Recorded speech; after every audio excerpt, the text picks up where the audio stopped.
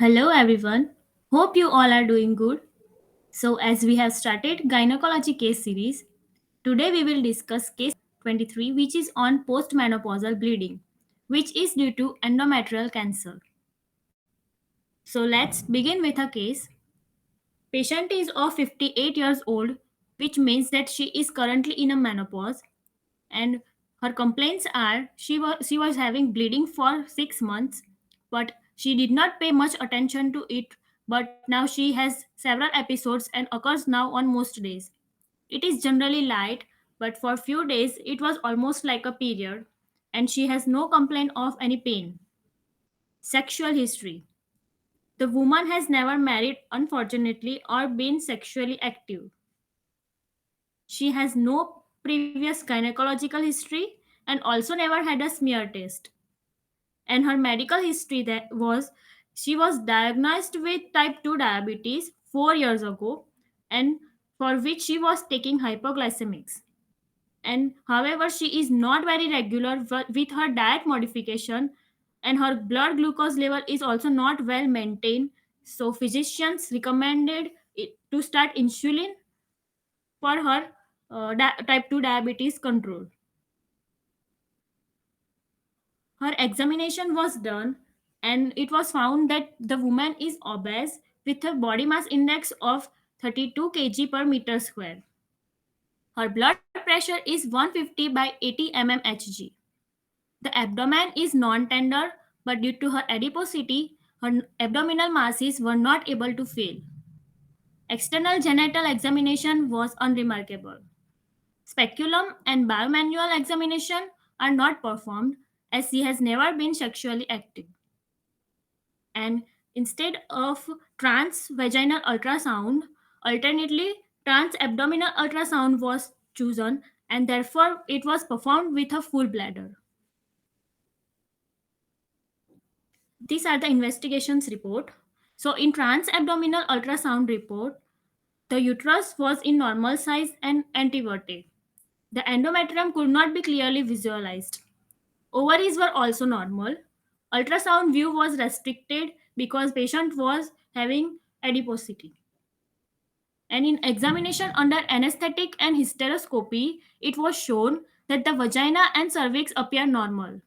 Hysteroscopy showed an irregular vascular mass arising from the uterine wall with contact bleeding. And the curettage was performed and products sent for histological examination. Curettage means a surgical cleaning of the uterus. This is the picture. The findings of the hysteroscopy is seen as there are irregular masses from the uterine wall coming in here between.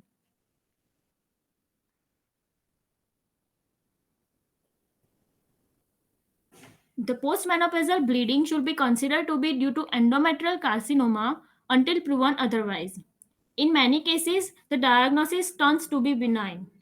However, in this case, the patient is having risk factors of type 2 diabetes, obesity, and nulliparity. Nulliparity means the woman who has never carried a pregnancy, and as we have discussed earlier, that the patient is not sexually active and she is also not married. Final diagnosis. The final diagnosis is that the patient is having endometrial cancer, which is confirmed on histology report from the curated specimen. So let's discuss what is postmenopausal bleeding. Postmenopausal bleeding is vaginal bleeding that occurs a year or more after your last menstrual period. That is almost a 12 months period, and it can be a symptom of vaginal dryness, polyps that are non-cancerous growths, or other changes in the reproductive system. In about 10% of women, bleeding after menopause is a sign of uterine cancer. And the sign and symptoms of postmenopausal bleeding can be seen like vaginal bleeding, pelvic pain, or discomfort. Other causes can be endometrial cancer, which is the one of the cause in this patient. Other is endometrial hyperplasia, atrophic vaginitis, iatrogenic, and other infections like vaginal candidiasis. And if you want to know more detail about atrophic vaginitis, you can watch our previous videos. It is discussed there in detail. So, these are the different methods to diagnose postmenopausal bleeding cases. First one is pelvic examination.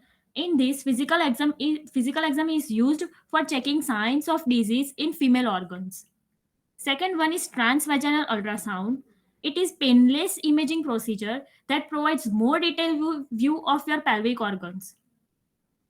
Third one is endometrial biopsy.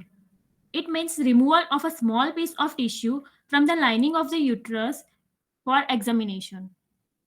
And the last one is hysteroscopy. It is the examination inside of the cervix and uterus using a thin, lighted, flexible tube called hysteroscope. Now we will discuss about how to manage post-menopausal bleeding cases. So usually we can give hormone replacement therapy. So if patient is having endometrial hyperplasia, then progestin can be given, and surgical intervention can also be done.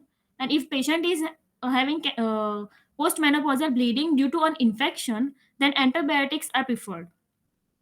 In this patient, endometrial cancer is there, so surgical intervention is the better option to do. So let's get back to the management of endometrial carcinoma, in which hysterectomy is the better option. And if it is not done, then bilateral salpingo-forectomy is done. In salpingo-forectomy, there are two procedures involved, which are salpingectomy, which means removal of one or both fallopian tubes, and oophorectomy means removal of one or both ovaries. And in 90% of women, they are present with early stage disease only. An MRI is done to check if malignant cancer cells were invaded in lymph nodes or not before surgery.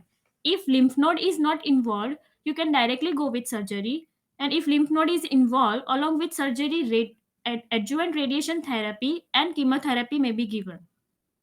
The patients with cases of stage 2 or greater are not common. And if they are greater than stage 2, then adjuvant radiotherapy is recommended. Now we will discuss about the endometrial cancer stages. Stage 1. It is confined to the body of the uterus. In there, three are there. First one is it is limited to endometrium only. Second one is invasion only of the inner half of the myometrium. Third one is invade to the outer half of the myometrium. Stage 2, it involves the uterus and cervix only.